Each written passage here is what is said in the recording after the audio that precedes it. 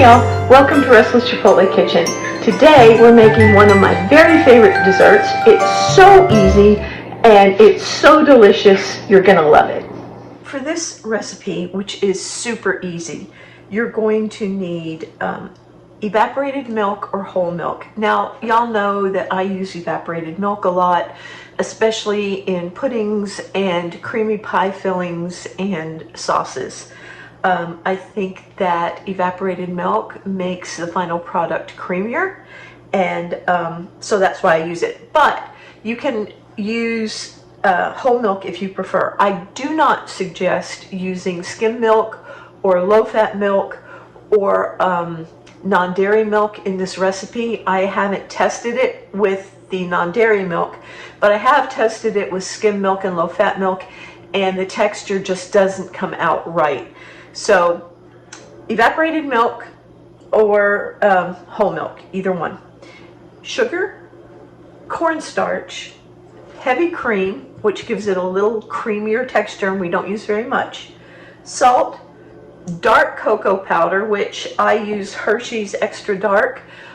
You can use regular cocoa powder, that's not a problem, but do use cocoa powder, vanilla, and butter. Not margarine, butter. And we're going to need a half a cup of butter or 1 stick. Okay, the first thing that we're going to do is we're going to put the cornstarch, the cocoa powder, the salt. The recipe calls for 1/4 of a teaspoon of salt, which is really not much at all. You can leave it out if you want to, or if you're using kosher salt, it's going to be 1/4 teaspoon.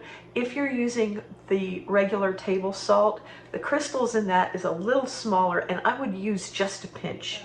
And sugar, of course. Now we're going to take that and we're going to whisk that up and break up any lumps that you can see. It's not such a problem to break up the lumps in the sugar because those will come out easily, but lumps in the cocoa or in the cornstarch can be problematic, so I suggest that you go through and break them up. And if you have a lot of lumps in there that don't seem to want to come out with the back of the spoon or anything, you can sift it through a flour sifter or a fine mesh strainer. This does seem to have a lot of lumps of cocoa in it, and biting into a lump of cocoa that hasn't been mixed in well with the pudding is really gross. So I'm going to run this through the strainer. It's going to take a little extra minute, but it'll be worth it.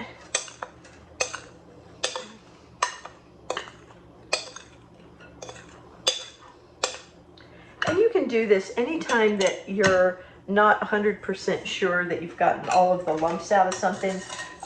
Let's say you've made a gravy and you want to make sure all the lumps are out or something like that. Just run it through a fine mesh strainer like this and you will solve your problem. We'll just tap it against my hand like that. And look at that. Those are all the lumps of sugar and cocoa. I'm going to put all of that in there. And then with these lumps of sugar and cocoa, I'm just going to push them through and break them up. Now that did take an extra minute or two, but look at this. We don't have any lumps. It's nice and fine, and it's already really well mixed. Now we're going to add the milk. You're going to add the milk kind of slowly because this is very powdery, and if you add the milk all at once, the powder is going to float to the top, the milk is going to sink to the bottom, and it's going to be really hard to mix in.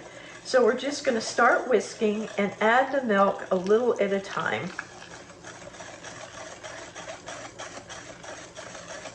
And then add a little more milk. And add a little more milk.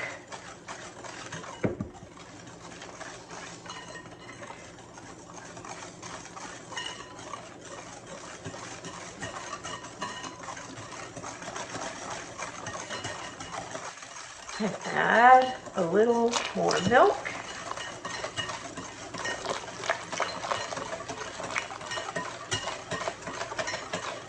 This takes 4.5 cups of milk. So once you get it all mixed up, you can just put the milk in there pretty fast. And now we're just going to add the cream. And we're just going to whisk that right in. So you can cook this mixture on top of the stove. Just put it in a heavy saucepan and cook it on low heat. Stir it constantly and make sure it doesn't stick to the bottom. But what I like to do is I like to cook it in the microwave. What you're going to do is you make sure that you're working with a microwave. You make sure that you're working with a microwave-safe bowl. You put the bowl in the microwave, and then you're going to heat it up on high for about 6 minutes, and you're going to stir it every single minute. Once it thickens up, then it'll be ready to go on with the recipe. But again, I'm going to put the bowl in the microwave. I'm going to set the microwave on high for 6 to 9 minutes. It usually takes 6 for me.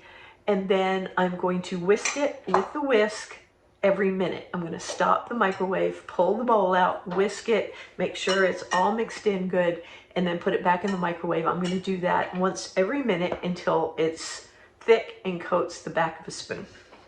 And I'll show you that part. So here is our pudding. It's really thick. This one went for actually 11 minutes. So like I said, sometimes it takes a few more minutes than other times, but it should come together for you without a problem. It just may take a minute or two more. Some of it depends on your microwave, some of it depends on the day, I don't know. Some of it depends on the alignment of planets maybe, I don't know. But I have noticed that with most kinds of cooking, there can be variations in different things. So just keep following the directions as best you can, and eventually it should work out.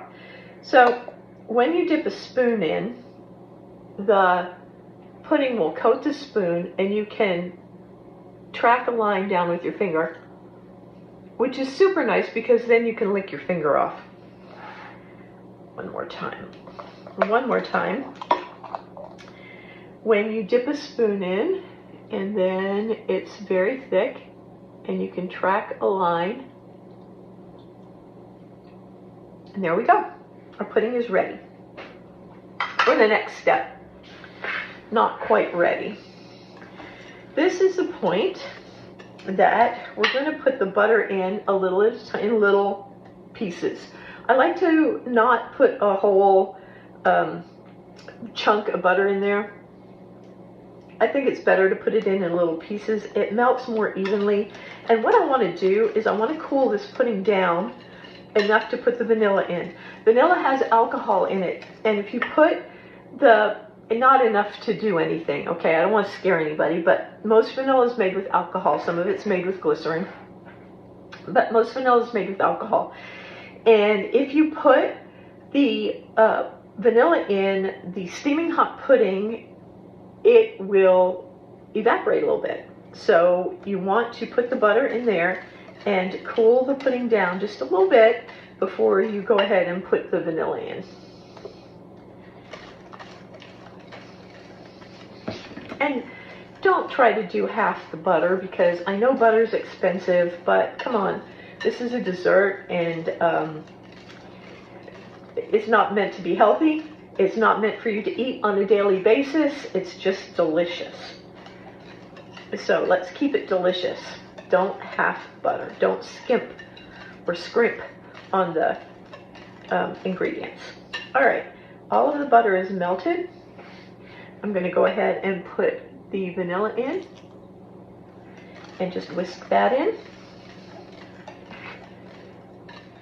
You can cover the pudding and put it in the refrigerator just like this, and then just scoop it out of the bowl when you're ready to serve it.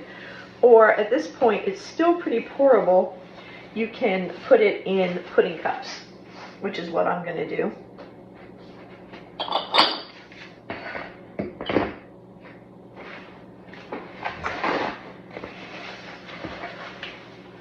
They're always so pretty to serve this way. And I think it's easier to use like a measuring cup with a lip on it and just scoop out however much you're going to put in there and fill that right up.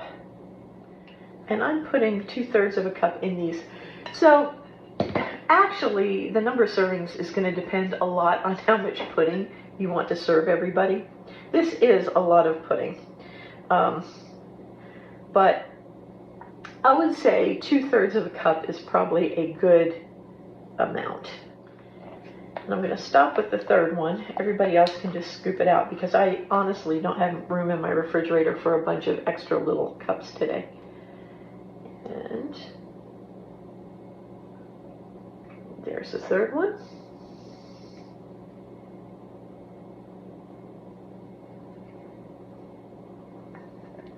There we go. Isn't that pretty?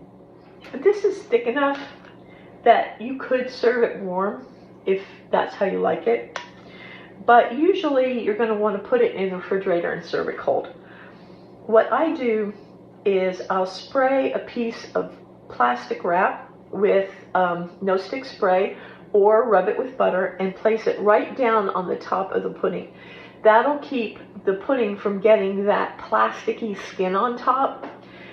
Some people like it. Some people in my family like it. I don't care for it, so I always put the plastic wrap or parchment or wax paper right down on the top of the pudding. But you're going to want to cover it up and then put it in the fridge for an hour or two. If you've put it in the small glasses, then it'll only be probably 30 minutes to an hour before it's cold. You're still going to go ahead and cover these though, okay? All right.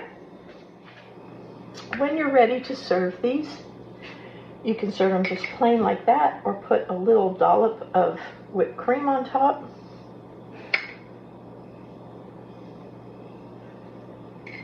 Maybe some sprinkles if you feel like making it festive.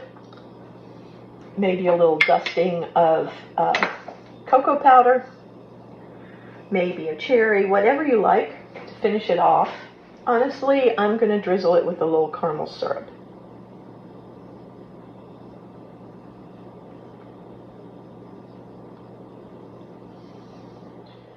And yes, I know I went over the sides, but if you go over the sides like that, it makes the syrup on there much more, it goes on much more evenly.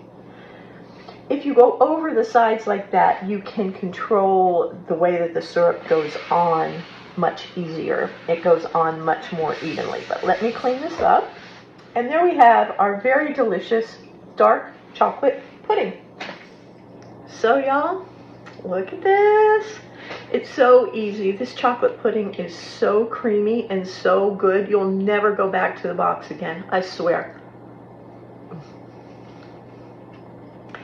It is such a treat. This is the way pudding should be. It's easy to make. It's not expensive, and it's absolutely delicious. So I hope you'll make it. I hope you love it. Let me know what you think in the comments. Leave a nice comment and a thumbs up. And don't forget to subscribe. And I'll talk to y'all later, okay? Love y'all. Bye-bye.